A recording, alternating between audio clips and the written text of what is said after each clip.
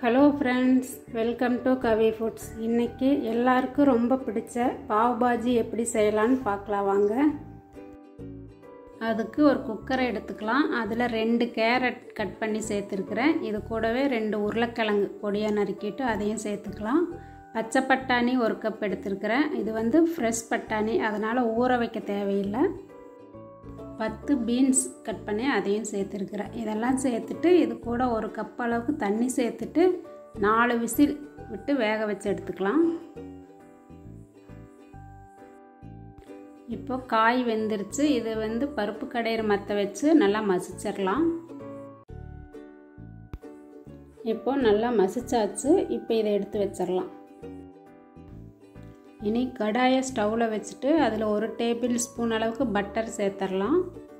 Butter உருகினதுக்கப்புறம் அதில் 2 பெரிய வெங்காயம் பொடியாக நறுக்கி வச்சுருக்கிறேன், அதை சேர்த்து வதக்கிடலாம். இப்போது வெங்காயம் வதங்கிருச்சு. இனி இது கூட 3 தக்காளி சேர்த்து அதையும் மிக்ஸ் பண்ணி விட்டுடலாம். இது நல்லா வதங்கட்டும். இது வதங்கினதுக்கப்புறம் இது கூடவே 1 டேபிள் ஸ்பூன் அளவுக்கு இஞ்சி பூண்டு பேஸ்ட் சேர்த்து பச்சை வாசனை போக வதக்கிடலாம். இப்போ இது பச்சை வாசனை போக வதங்கிருச்சு. இனி இது கூட 1 டீஸ்பூன் அளவுக்கு தனி மிளகாத்தூள் சேர்த்துக்கலாம். 2 டேபிள் ஸ்பூன் பாவ் பாஜி மசாலா சேர்த்து நல்லா கலந்துடலாம். இந்த மசாலா நல்லா வதங்கினதுக்கப்புறம் இது கூட ஏற்கனவே மசிச்சு வச்ச அந்த காயை சேர்த்துடலாம்.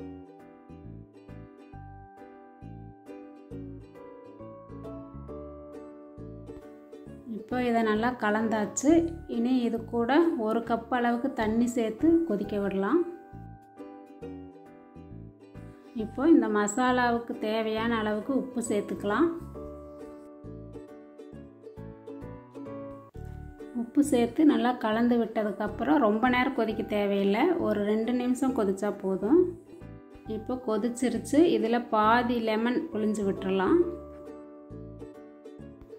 அதுக்கப்புறம் 1 டீஸ்பூன் அளவுக்கு மேலே பட்டர் சேர்த்துடலாம்.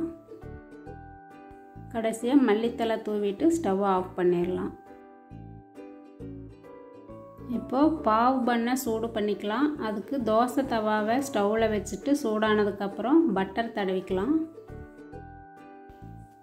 பட்டர் சூடாயிருச்சு. இப்போ அந்த பாவ் பண்ணை குறுக்கால வெட்டி வச்சுருக்கிறேன்.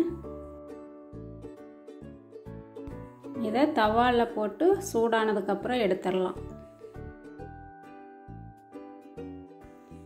இப்போ சுவையான பாவ் பாஜி ரெடி. இதை நீங்களும் வீட்டில் செஞ்சு பாருங்கள். இந்த வீடியோ உங்களுக்கு பிடிச்சிருந்தா லைக் பண்ணுங்கள், ஷேர் பண்ணுங்கள், மறக்காமல் சப்ஸ்கிரைப் பண்ணுங்கள்.